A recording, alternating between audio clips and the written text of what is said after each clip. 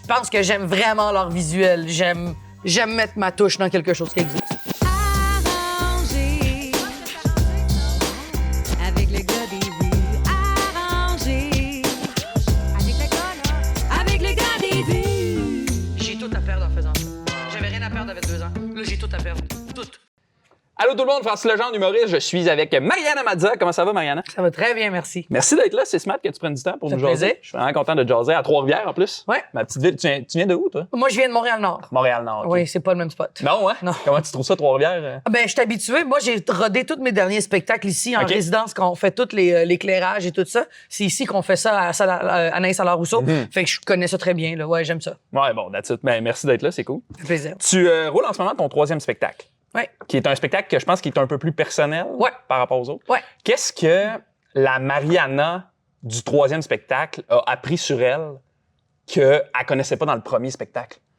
Ben, tu sais, ça fait 10 ans. Fait que j'avais 25, là, j'ai 35. C'est beaucoup, c'est une grosse étape de vie, passer de 25 à 35. Ouais, fait que ouais.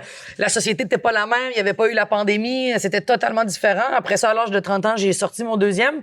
La pandémie est arrivée, le public change, les gens consomment plus à l'intérieur de leur maison avec les plateformes comme Netflix et compagnie. Et là, rendu 5 ans plus tard, je sors ce show-là.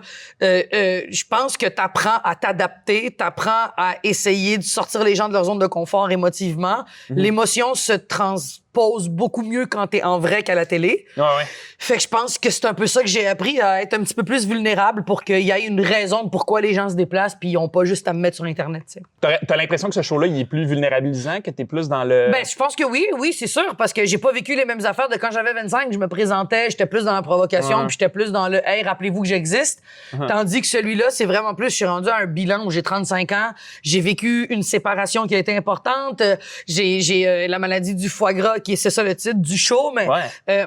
je pense qu'il y a tellement de choses qui sont arrivées dans ma vie que j'avais envie de prendre le temps de faire le bilan sur tout ça, puis c'est ce qui représente mes 35 ans, tu sais. C'est cool, ça. Ouais. Je suis content que tu parles de foie gras parce qu'il y avait 2 raisons pour lesquelles tu as pris ce titre-là. Ouais. La maladie, puis tu avais aussi parce que tu parlais un peu d'embourgeoisement. Ouais. Ben, en fait, c'est ça. Dans les dernières années, j'ai fait beaucoup d'argent. Puis, tu sais, j'étais allé habiter dans un quartier un petit peu plus riche de où est-ce que j'ai grandi. Puis, je me suis rendu compte à quel point, tu sais, c'est pas parce que tu changes de quartier que tu t'adaptes à ce quartier-là. Fait que, il y a eu ça. Ça a été vraiment un grand changement dans ma vie. J'ai grandi vraiment dans quelque chose de beaucoup plus pauvre. Et aussi, la maladie, ce diagnostic que j'ai eu. Mais c'est dans le show, j'explique comment je l'ai su. Puis, c'est ce qui fait que c'est totalement unique. OK. As-tu l'impression que le fait de t'embourgeoiser, Ouais. ça influence la manière que tu écris ton stand-up? Non, ou... pas du tout. Pas du tout, parce que il va toujours y avoir la petite fille de, tu sais, t'aurais beau aller déménager à Montréal ou aller vivre à Rouen ou aller vivre au Saguenay, tu sais que t'es un petit gars de Trois-Rivières. C'est la même chose pour moi. Ma vision des choses va toujours être la petite fille de Montréal-Nord, Ouais. mais ma façon d'agir va peut-être être une autre façon maintenant. Parce que Ok. j'ai les moyens, Ouais, parce c'est que ça. j'ai goûté à du luxe, parce que j'ai vu des choses que j'avais pas vues avant, mais l'écriture reste la même. C'est tout le temps la petite fille un peu rebelle qui écrit des affaires. C'est cool, ça. À l'émission de MC Gilles, Oui. Lance d'influence, Oui. tu dis que t'es tanné un peu que les gens aient peur de toi, du fait que t'es imprévisible un peu, Ouais. ou que t'es spontané, ou que tu prends Ouais. de la place, tu sais. Ouais. T'as-tu l'impression que ça parle de notre société que, justement, quand les femmes essaient de faire ça, c'est un peu vu comme un défaut, tandis qu'un homme qui ferait ça, c'est un peu comme un « Ah, lui, il est fonceur. Écoute, je peux pas parler au niveau du sexe. » OK. Moi, je parle à propos de moi. Je parle pas des autres. Je pense que j'ai toujours eu cette espèce de personnage de scène. Moi, quand la lumière s'allume ou quand les projecteurs s'allument, il y a quelque chose de super excitant qui se passe dans mon corps. Je suis contente d'exister. Fait que des fois, je colle pas au texte. Le texte, c'est pas « je suis comme ça ». C'est « je suis hop, là, comme ça ». Fait que ça, des fois, ça, il aime peut-être pas ça. C'est un cadre rigide de la télévision. C'est très... Puis surtout quand t'es en direct ou t'animes des événements, il faut que t'aies aucun doute que le travail va être bien fait. Après, sortir un peu de la boîte, il y a rien de grave. Non. Rien. J'ai vu des animateurs commenter comment la façon du public, le public va réagir à une blague. Quand tu fais tes répétitions devant ton miroir, tu ne sais pas comment le public va réagir. Fait qu'il faut que tu ailles avec qu'est-ce que le public a réagi. Le menu, le public fait « Oh, tu fais oh, arrêtez ». Là, je sors du texte en faisant ça. Mais c'est rien de grave, j'en vois pas chier personne, je suis pas méchante. J'ai l'impression que les gens me voient encore comme la fille de 22 ans qui a fait un fuck you à Sugar Sammy puis que je peux devenir super vulgaire et méchante quand j'ai tout à perdre en faisant ça. J'avais rien à perdre à 22 ans. Là, j'ai tout à perdre. Tout. Tout le monde évolue constamment. Il y a des choses que je découvre chez ma mère, puis c'est ma mère depuis 35 ans encore aujourd'hui. Il y a des choses que je savais pas d'elle. On apprend toujours quelque chose de nouveau. Puis plus que le temps passe, plus que tu as des choses à perdre. Et à partir d'un certain âge, tu plus rien à perdre. Moi, j'ai tout à perdre en ce moment. J'ai tout à perdre. Jusqu'à mes 50 ans, j'ai tout à perdre. T'as fixé ça à 50? À peu près, À partir de 50 ans, je m'en calisse. Ouais, mais jusqu'à... J'ai 35 ans, je suis super jeune. Il y a beaucoup d'autres femmes humoristes qui peuvent faire des choses. Je veux pas perdre ma place de qu'est-ce que moi, j'ai fait pour moi. Fait que à partir d'un certain âge, tu t'en calisses. Là, maintenant, je m'en calisse pas. Je m'en suis jamais calissé. Je m'en suis jamais calissé. Je travaille vraiment fort pour garder ce que j'ai, tu sais. Moi, j'ai appris quelque chose. J'ai appris que t'étais aussi une artiste peintre. Ouais, si on veut. Ouais? Si on veut, qu'est-ce que tu veux dire? Ben, artiste peintre, j'aime les arts visuels. Est-ce que je me qualifie d'artiste peintre? Ça, c'est les gens qui le font, mais je pense que j'aime vraiment l'art visuel. J'aime mettre ma touche dans quelque chose qui existe. T'as-tu l'impression que l'art visuel t'aide à écrire ou influence ton stand-up? Non, pas du tout. Ça vient juste donner un baume. Je pense que j'aime vraiment faire des toiles. Je me suis construit dans mon sous-sol de ma maison un petit atelier bien tranquille où est-ce que pendant l'automne ou pendant l'hiver, là, quand le soleil est vraiment moins fort puis quand les spectacles commencent à être... pendant le temps des fêtes, là, il y a beaucoup de shows, puis les journées off, là, ça fait juste me vider la tête. Puis c'est juste comme ça que je décompresse. Ça fait vraiment juste me laisser souffler des spectacles intenses. C'est une espèce de... échappatoire. Je sors de ma tête. Oui, absolument, 100%. Il y a quelque chose de concret aussi là-dedans qui est le fun. Tu sais, moi, en ce moment, je fais des rénos chez nous, puis c'est niaiseux, mais de prendre une pause, de devoir écrire des affaires un peu... C'est un peu abstrait, là, l'humour. Là. Oui. Fait que quand tu tombes dans le concret de là, je fais une toile... Oui, ou comme quand j'écris un livre, ou quand je lis un livre, ou regarder un film. Je veux dire, il y a d'autres choses que l'humour. Mais l'humour, une fois que le show est écrit, là, moi, j'écris plus. Là. Quand t'es en rodage, t'écris. Là, mon rodage est pas mal terminé. Fait que je te dirais que une fois que tu dis, c'est beau, la première médiatique est passée, on peut peser le bouton cruise control, on part pour 2 ans. Tout ce que je fais à l'extérieur de la scène, c'est pas de l'humour. J'en consomme plus. Je vais pas en voir. J'essaie de m'éloigner pour que tout ça devienne pas trop.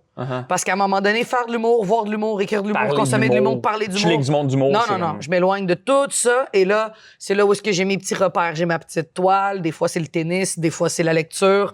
Fait que j'ai d'autres passions. Mais c'est sûr que c'est ma première passion. C'est mon premier amour, c'est l'humour. Quand tu parlais du mode cruise control, quand tu pars, tu l'aimes-tu, ce mode-là? Mais je le garde pas longtemps. Quand je te parle de cruise control, il y a quand même, tu sais, là, qu'est-ce qu'on fait aujourd'hui, justement? Je suis venu ici une journée avant mon show. Parce que on fait des Q2Q. J'ai un metteur en scène avec une experte en éclairage, en fait, qui fait de la scénographie. Moi, maintenant, on passe chaque seconde du spectacle à se demander, cette lumière, je l'aime pas parce que ça chauffe, celle-là, je la changerais. Fait que tout ça, c'est créatif. J'adore. Moi, une fois que le spectacle est prêt, je dois trouver une façon de m'amuser. Parce qu'on devient des interprètes de nous-mêmes. On n'est plus des créateurs. Quand Coldplay part en tournée, ils deviennent des interprètes d'eux-mêmes. Parce que c'est les mêmes éclairages, c'est les mêmes tunes. Tu peux pas changer, te revirer sur un Saint-Saëns. C'est ça. Est-ce que j'aime ça? Je trouve que ça demande beaucoup de discipline. C'est un autre métier qui rentre. Être dans les bars, essayer du stock. Notre génération, la génération actuelle, aime ça. On se filme, on écrit du stock, on le filme, on met sur Internet, on en a écrit d'autres. Ouais, mais il y a un autre métier qui s'appelle la répétition. C'est le plus tough, mais à long terme, c'est le plus payant. Autant financièrement que toi pour ton muscle d'humour. Être capable de répéter la même blague, de la rendre aussi bonne à toutes les fois devant un nouveau public puis de pas te tanner, c'est un art totalement différent. Fait que je l'aime, je commence à l'apprécier de plus en plus. Là, c'est très stressant, tout est très stressant. Parce que tu veux amener tout au maximum. Une fois que tout est au maximum, tu fais bon. Ça va être ça, je peux penser à autre chose. Mais c'est la beauté de l'humour, tu peux le changer comme tu veux. Il y a personne qui est là, il y a pas de police derrière moi.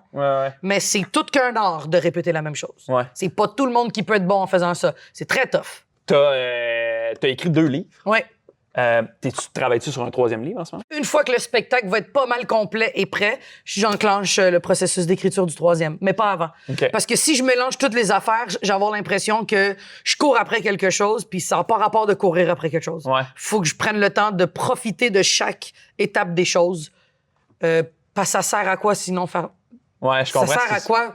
Tu veux en profiter au max de Ben, faire ça sert le à truc. quoi de constamment être pressé? Ça sert absolument à rien parce que tu finis par même pas apprécier ce que tu crées. Comment c'est arrivé l'écriture de romans dans ta vie ou de livres? Ça a toujours été là, mais après, je me demandais qu'est-ce que j'avais envie de raconter. Puis là, après ça, je me suis dit, je peux m'inspirer de ce que j'ai vécu. Ça peut être un beau petit leg pour moi-même. Ouais, c'est hot, ça. Fait que j'ai écrit quelque chose que j'avais envie de lire. Puis, mettons, t'écrivais-tu des petits romans? Mettons, oui. avant de pitcher ton premier roman, là, t'écrivais-tu des... Non, pas du tout. Moi, quand j'étais jeune, j'écrivais des histoires et tout ça. Ça. Moi, je tripais l'écriture. Mais jamais je me suis trouvée assez bonne pour le faire. Puis là, après ça, l'idée du roman est arrivée suite à toutes mes chroniques dans la presse, à tous les derniers dimanches du mois depuis 2 ans. J'écris un papier, puis les gens aiment vraiment ça. Fait que j'ai fait, attends, j'ai peut-être une plume le fun. Ouais. Fait que je me suis fait confiance avec ça. C'est cool, ça. Ouais. Dans une entrevue, tu as dit que l'humour, c'était ton gagne-pain, Ouais. mais ta vraie passion, c'était l'humain. L'humour est devenu un gagne-pain. C'est un métier que j'aime, que j'admire, qui est incroyable.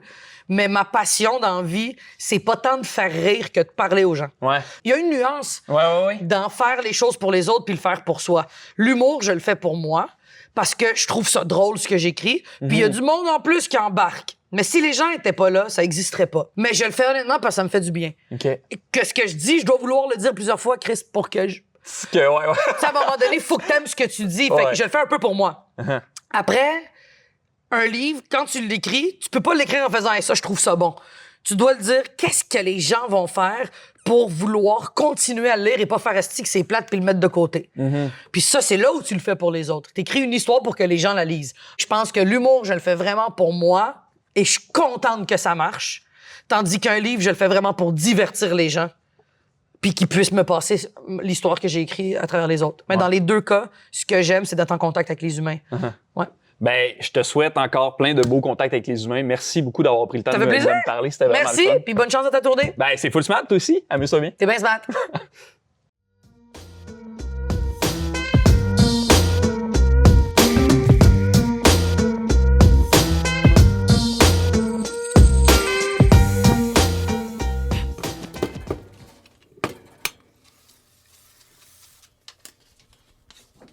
Tu peux changer, mais ça paraît tout de suite sur la scène. Les gens, ce qu'ils aiment, c'est l'authenticité, tu sais.